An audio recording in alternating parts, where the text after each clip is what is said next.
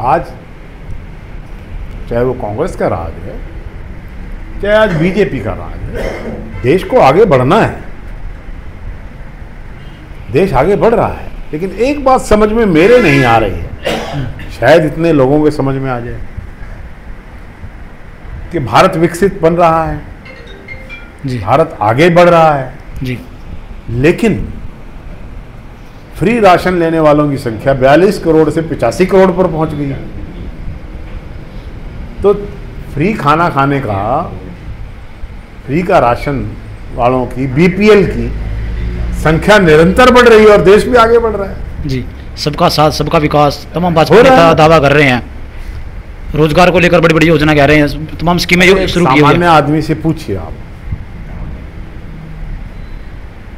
कि दावा ये है कि भी 20 करोड़ लोग गरीबी रेखा से बाहर निकल गए हैं जी।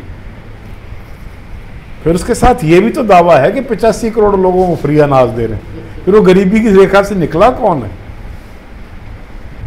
समझने वाली बात। जी कुलदीप जी, क्या कुछ कहना चाहोगे? कांग्रेस अपने आप को मजबूत बता रही थी विधानसभा चुनाव में, आखिर हारने के कारण क्या देखते हैं, कहाँ कमी रही, आखिर क्या कुछ कहना चाहोगे?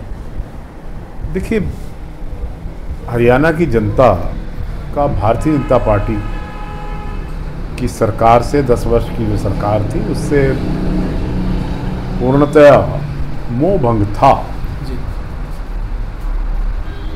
लेकिन देखना चाहिए था कि पार्लियामेंट में 5 सीट हमारी आई, 5 सीट, इसका मतलब बराबर का मुकाबला असेंबली में रहना चाहिए जी।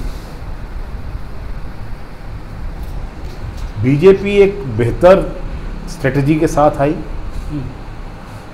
बीजेपी ने जातीय समीकरणों को ठीक से समझा और इम्प्लीमेंट किया। हम लोग संगठन की कमी से जूझ रहे थे और जो कांग्रेस के नेताओं की जो बात सामने निकल के आई, उस बात का भी कांग्रेस को नुकसान हुआ जी। कहीं ना कहीं फूट का आपस में कांग्रेस नेता फूट थी, लगता है आपको क्लियर है? मैं आपस में एक दूसरे को हराने की कोशिश करी थी, कैसे देखते हो यहाँ से? नहीं, मैं ये नहीं कहूँगा कोई किसी को हरा सकता है या जिता सकता है, लेकिन ये ज़रूर कहूँगा कि आप कितनी भी बड़ी सेना लेके मैदान में उतरो, जब तक आपकी रणनीति ठीक नहीं रहेगी तो ये नीतिगत फेल्योर था जी। जी, तो क्या देखते हो जैसे चुनाव के अंदर कहीं ना कहीं जो हुड्डा ग्रुप, सुरजावाला ग्रुप, शेरजा ग्रुप, आखिर ग्रुप है जो कहीं ना कहीं जो आपस में एक दूसरे के साथ जुड़े हुए नेता, वो उसके साथ जुड़ा, उसके साथ जुड़ा हुआ है, आखिर कैसे देखते हो जो फूट आपस में अभी भी फूट चली हुई है, आखिर कैसे मजबूत आगे उभरेगी कांग्रेस से? फिर कोई किसी प्रकार की गुटबाजी नहीं है। कोई भी नेता है उसके 7 लोग होंगे, एक प्रैक्टिकल बात है जी।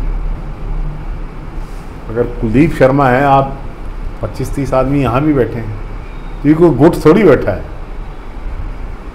ये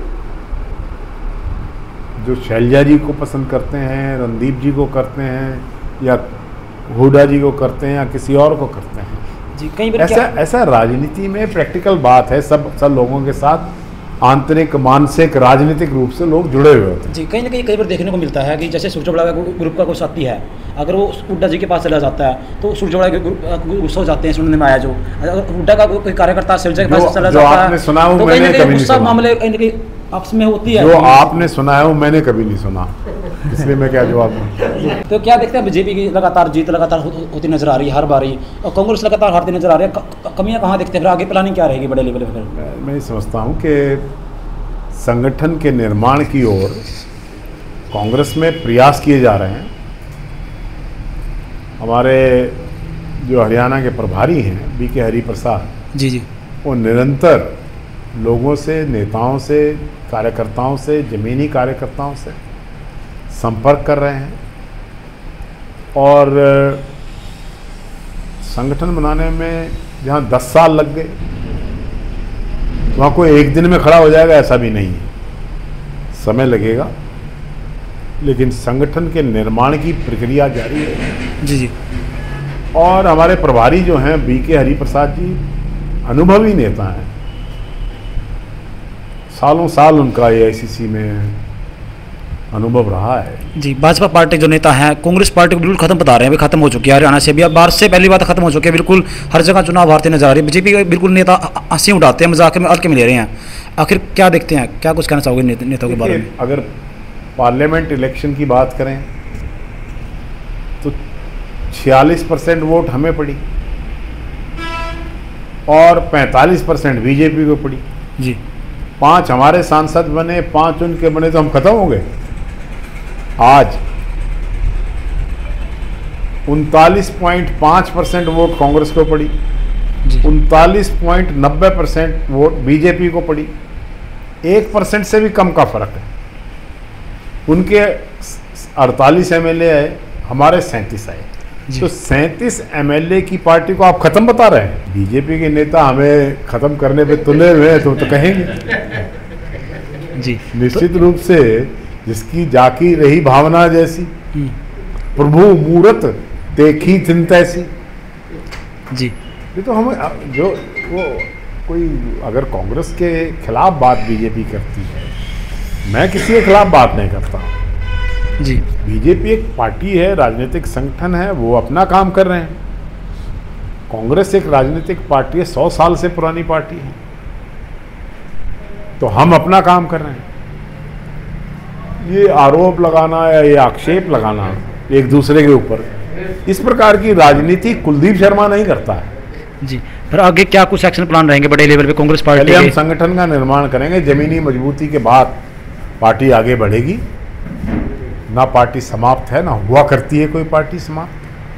जी, खास तौर पर वो पार्टी जिसने देश के स्वतंत्रता संग्राम को लड़ा हो, जिस पार्टी के नेताओं कुर्बानियाँ दी हों, जी, और जब देश आज़ाद हो गया उसके बाद भी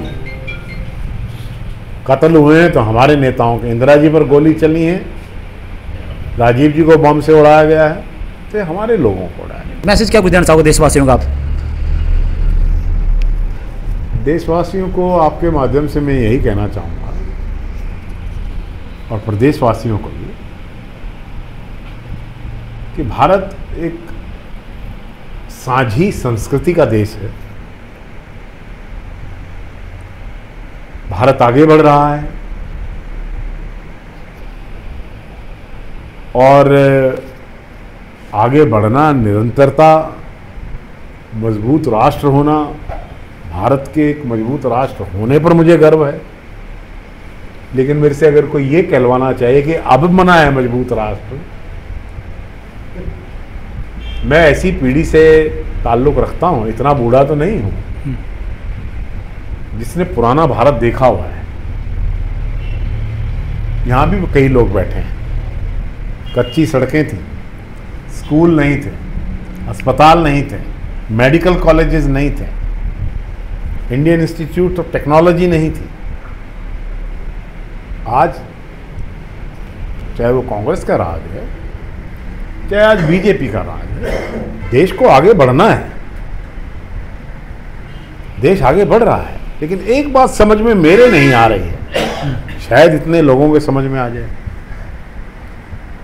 कि भारत विकसित बन रहा है, जी, भारत आगे बढ़ रहा है, जी, लेकिन फ्री राशन लेने वालों की संख्या 42 करोड़ से 85 करोड़ पर पहुंच गई।